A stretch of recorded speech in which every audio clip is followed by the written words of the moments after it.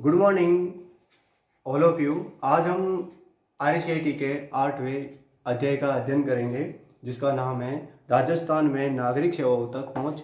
इसमें हम बात करेंगे राजस्थान सरकार कौन कौन सी सर्विस हमें प्रोवाइड करा रही है उसके बारे में इस यूनिट में अध्ययन करेंगे। उसके अलावा आपको ये भी बता दें कि हम इस यूनिट में आपको बाय प्रैक्टिकल द्वारा स्टेप बाय स्टेप इसमें प्रोसेस बताएंगे कि किस तरीके से आपको करना है। तो कोशिश करें कि आप अपना लैपटॉप या डेस्कटॉप ओपन करें और हमारे साथ साथ में प्रैक्टिकल जरूर करें। चलो हम स्टार्ट करते हैं। सबसे पहला टॉपिक लेते हैं SSO।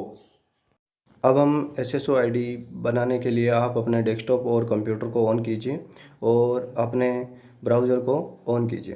तो आप जब अपने ब्राउज़र को ऑन करेंगे तो आपको वहाँ पर सर्च करना है SSO जैसे सर्च करोगे तो आपके पास एक लिंक ओपन हो जाएगा। सबसे पहले आपको अपील वाला एक पेज दिखाई देगा जिसे आप वहाँ से कट कीजिए। कट करने के बाद में आपके पास दो ऑप्शन दिखेंगे, login and registration, right hand की तरफ।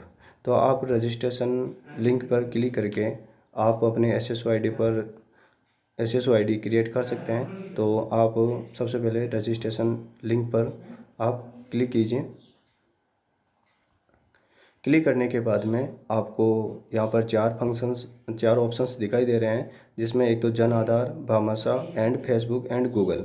तो आप इसमें जो आपको अच्छा लगे उससे आप अपनी आईडी क्रिएट कर सकते हैं। वैसे हम आपको एक एडवाइस करते हैं, आप गूगल से ही अपनी आईडी क्रिएट कीजिए। इससे क्या है कि ईजी होता है, आप गूगल पर क्लिक करके अपनी आईडी को आगे बढ़ाते हैं। तो जैसे आपके पास आपके लैपटॉप में ऑलरेडी किसी मेल आईडी बनी हुई है तो मेल आईडी पर आप क्लिक करके अपना अकाउंट क्रिएट कर सकते हैं। तो या अदरवाइज़ आप यूज़ अनदर अकाउंट पर क्लिक करके अपनी SSO ID क्रिएट कर सकते हैं। हमारे यहाँ पर एक मेल आईडी खुली हुई है, तो हम उससे यूज करके आपको अकाउंट क्रिएट करना सिखाएंगे। तो आप अगर हो सके तो आप अपना न्यू अकाउंट क्रिएट करके ही इससे SSO ID को बनाएं। तो अब हम बात करते हैं, आगे स्टार्ट करते हैं इसके बारे में। यूज अनदर अकाउंट से हमारे पास इसमें SSO में एक मेल आईडी ऑलरेडी बनी हुई है, तो उस पर हमने क्लिक किया और हमारे पास ये SR कंप्यूटर अकेडमी की एक मेल आईडी है। तो हमने इसे इग्नोर करके, हमारे पास ऑलरेडी SSO ID बनी हुई है, तो हमने क्या किया, डायरेक्ट इसे SSO ID को ओपन कर लिया। अब आपके पास होम पेज ओपन हो गया। होम पेज में आपको पूरी एप्लीकेशंस दिखाई दे रही हैं। कुछ एप्लीकेशंस हाइड होती हैं, तो आप उन एप्लीकेशनों को देखने के लिए अदर्स ऐप्स पे क्लिक करेंगे। अदर्स ऐप्स पे क्लिक करने के बाद में आपके पास ये पूरे फंक्शंस दिखाई दे रहे हैं, जिसमें आपको जो लिंक आपको काम में लेना है उस पर आप क्लिक कीजिए। ऊपर पेज पे आपको 3 फंक्शंस दिखाई दे रहे हैं, जिसमें रेड कलर शो कर रखा है, बीच में जो है एप्लीकेशंस उसको ग्रीन कलर है, और फिर आखिरी जो है बिल पेमेंट। हम बिल पेमेंट करना सीख रहे हैं, तो आपके पास बिल पेमेंट के लिए इसमें 5 लिंक शो हो रहा है, जिसमें एक वाटर है, फिर बिल पेमेंट वेरीफाई है, इलेक्ट्रिसिटी है, लैंडलाइन एंड मोबाइल है। तो आप हमें इलेक्ट्रिसिटी बिल पेमेंट के बारे में इसमें सीखना है कि कैसे इलेक्ट्रिसिटी बिल को पेमेंट करें। तो आप सबसे पहले इलेक्ट्रिसिटी पर क्लिक कर दीजिए, आपका लिंक ओपन हो जाएगा। गेट बिल डिटेल में आपके पास सेलेक्ट प्रोवाइडर ऑप्शन मिलेगा। इस सेलेक्ट प्रोवाइडर ऑप्शन पर जब आप क्लिक करेंगे तो आपके पास डिस्कॉम, हमारे यहाँ अजमेर में डिस्कॉम लगता है, तो हम डिस्कॉम सेलेक्ट कर लिया। फिर आपके पास के नंबर डालने होते हैं। ये के नंबर आपके बिल पर प्रिंट होते हैं, जो 12 नंबर्स के होते हैं। तो आप यहाँ पर 12 नंबर डाल दे दें अपने के नंबर डालने के बाद में आपके पास 3 ऑप्शंस होंगे, शो, इंसर्ट एंड ट्रांजैक्शन। तो आप शो पर क्लिक करें तो आपके बिल की पूरी डिटेल सामने आएगी इसकी। आप एक बार केयरफुली अपने इस बिल की डिटेल को केयरफुली देखें कि आपके है या किसी और का है। तो आप इसमें देख लिया कि आपका ही है, तो फिर उसके बाद में आप पे नाउ पर क्लिक करें। पे नाउ पर क्लिक करने के बाद में आपके पास पेमेंट मेथड ओपन हो जाएगा, जो ई-मित्रा गेटवे से ओपन होगा। हमारे यहाँ एरर दे रहा है, तो इस वजह से हम एक बार वापस रिट्राई करेंगे।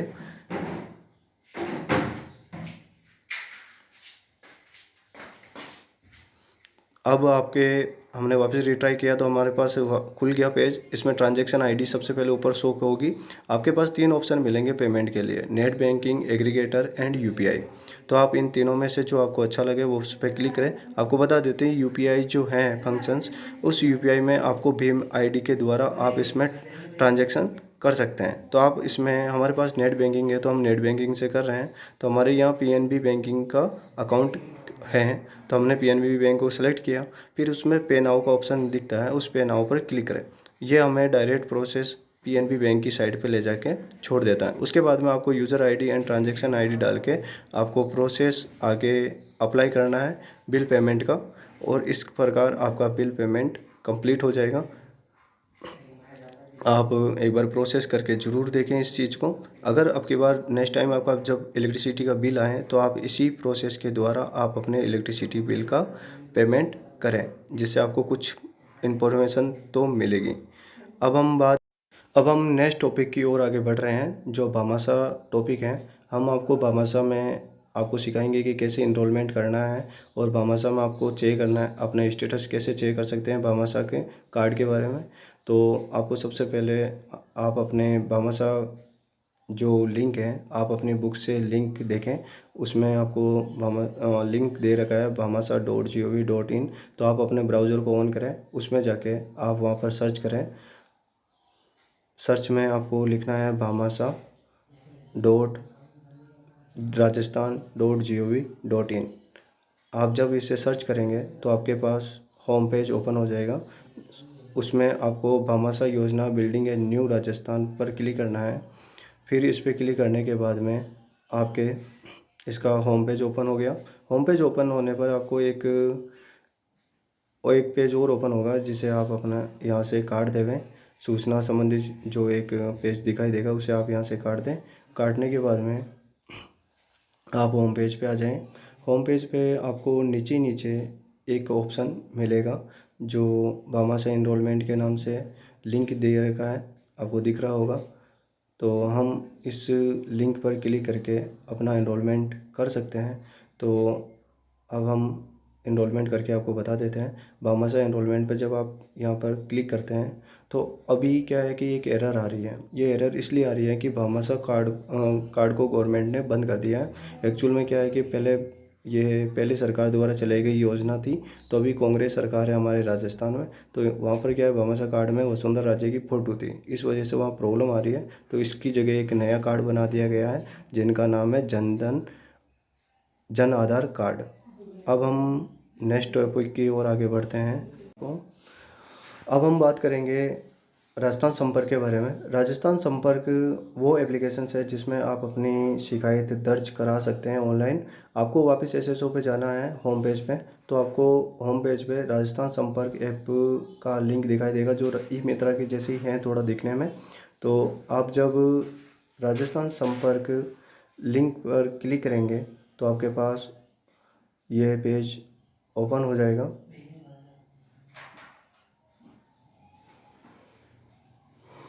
जब ये लिंक राजस्थान संपर्क एप्लीकेशन ओपन होगा तो आपके पास सबसे पहले आपकी होम पेज ओपन होगा। होम पेज में आपकी प्रोफाइल दिखाई देगी।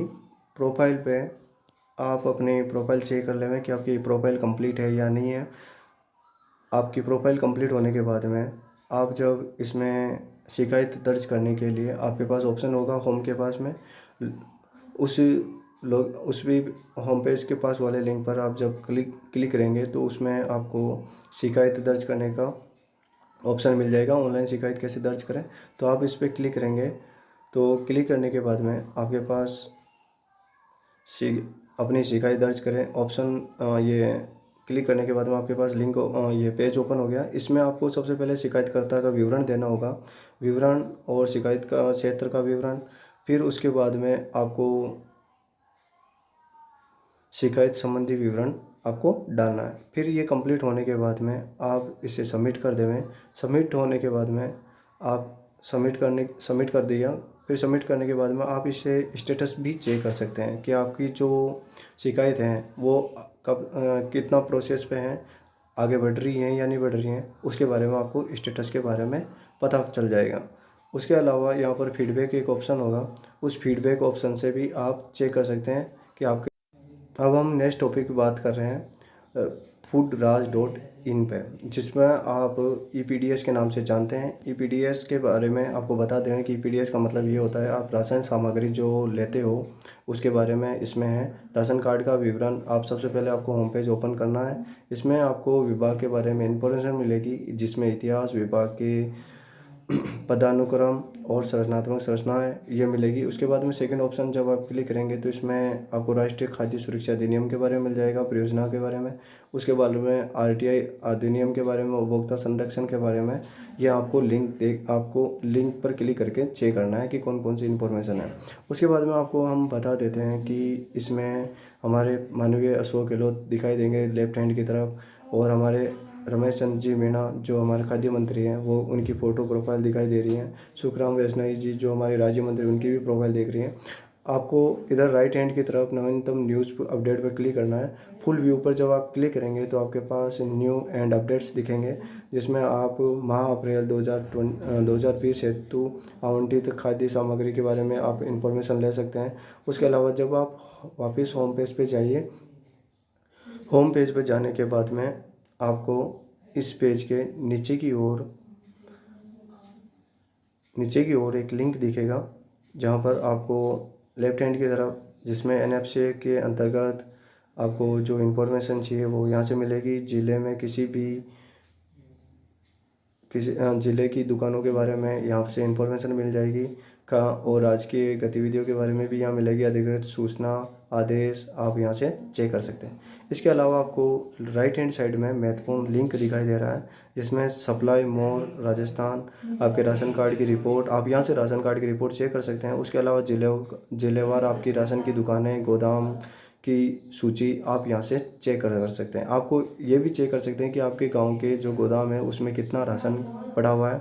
उसके अलावा जो आपके बुक्स में बताया है कि इसमें राशन कार्ड की रिपोर्ट कैसे चेक करें, तो आप राशन कार्ड रिपोर्ट पर क्लिक करके, लिंक के क्लिक करके आप अपने राशन कार्ड का स्टेटस चेक कर सकते हैं कि आपको खाद्य सामग्री मिलेगी या नहीं मिलेगी।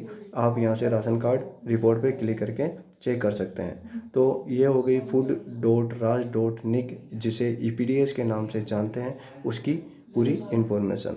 अब हम आगे बढ़ते हैं में कि SSO तो वैसे वेरी इंपॉर्टेंट है इस यूनिट का, तो आपको इस SSO की फुल फॉर्म याद रखनी है, जिसकी फुल फॉर्म है सिंगल साइन ऑन। फिर हम बात करते हैं भामाशाह कार्ड किस राज्य की प्रमुख पहल है, तो आप ये अंडरलाइन कर लेंगे क्वेश्चन नंबर 1। सेकंड भी इंपॉर्टेंट है क्योंकि ये अपने राजस्थान से जुड़ा हुआ क्वेश्चन है। आप ये क्वेश्चन पटवारी में भी और अदर्स गवर्नमेंट जॉब में भी इंपॉर्टेंट है। भामाशाह कार्ड किस राज्य की प्रमुख पहल है, तो आपको याद रखना है इसमें राजस्थान है। नागरिक ऑनलाइन माध्यम से रोजगार के लिए कैसे पंजीकरण कर सकते हैं, हमें देखो इसमें कहा कि नागरिक ऑनलाइन माध्यम से रोजगार के लिए कैसे पंजीकरण कर सकते हैं। हमें रोजगार के लिए पंजीकरण करना है तो इसमें सबसे पहले ई मित्र के द्वारा भी कर सकते हैं, देन रोजगार वेबसाइट के द्वारा भी कर सकते हैं घर बैठे। तो हम इसमें A और B दोनों ऑप्शन आएगा, तो आप इस पर C क्लिक करें। ठीक है। SSO के तहत एक नागरिक पंजीकरण कैसे कर सकते हैं, तो SSO के तहत नागरिक पंजीकरण के लिए इसी आधार नंबर के जरिए भी पंजीकरण कर सकता है और भामाशाह कार्ड के द्वारा भी पंजीकरण कर सकता है। अब भामाशाह की जगह जन आधार वहाँ पर आपको मिलेगा।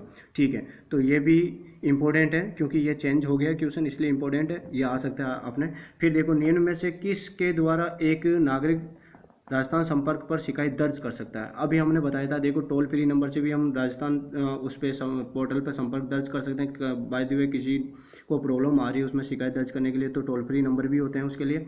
राजस्थान संपर्क पोर्टल से भी कर सकते हैं, राजस्थान संपर्क मोबाइल एप्लीकेशन से भी कर सकते हैं, जो आप अपने मोबाइल में डाउनलोड करके इससे स्टेप बाय स्टेप फॉलो करके आप अपनी शिकायत दर्ज कर सकते हैं। इसमें आएगा उपयोग सभी, ये भी इंपॉर्टेंट क्वेश्चन है जो आपको नॉर्मली याद रखना है। EPDS का नाम क्या है, पूरा फुल फॉर्म क्या है, तो आप ये वेरी इंपॉर्टेंट क्वेश्चन है जो हर बार क्वेश्चन में वहाँ पर पेपर में आ जाता है, तो आपको इसमें याद रखना है ई पब्लिक डिस्ट्रीब्यूशन सिस्टम। फिर हम बात करते हैं 7 क्वेश्चन में, नागरिक ऑनलाइन माध्यम से विश्वविद्यालय के शुल्क का भुगतान कैसे कर सकते हैं, तो आपको पता है कि ई मित्र के द्वारा भी कर सकते हैं, SSO ID के द्वारा भी कर सकते हैं, यूनिवर्सिटी पोर्टल के द्वारा भी कर सकते हैं, इसमें भी सभी आएगा, तो ये आप टिक कर लेंगे D option. Single sign on का उद्देश्य क्या है, तो इसमें आपको याद रखना है सहायता डेस्क लागत को कम करें, ग्राहक संतुष्टि को बेहतर बनाना, उत्पादकता को बढ़ाना एंड उपयुक्त सभी। तो आपको याद रखना है, इसमें भी उपयुक्त सभी आएगा। हमने आपको डायरेक्ट यूनिट 8 पढ़ाया है अभी, तो हमने वो यूनिट 7 छोड़ दिया है। तो वो 7वीं यूनिट जो बाद में बनाएंगे हम, क्योंकि वो आपके प्रैक्टिकल नहीं था, वो आपको बोर्ड के द्वारा पढ़ाया जाएगा और आपको अंडरलाइन भी करवा दी जाएगी। उसके अलावा आपको हमने जो यूनिट 8 में पढ़ाया है, तो स्पेशली आपको प्रैक्टिकल करके ज़रूर देखें, ये हमारी आपसे रिक्वेस्ट है। उसके अलावा आप अपनी बुक्स ओपन करें और उसमें जाके अपने अंडरलाइन करें और इनको रीड करने की कोशिश करें।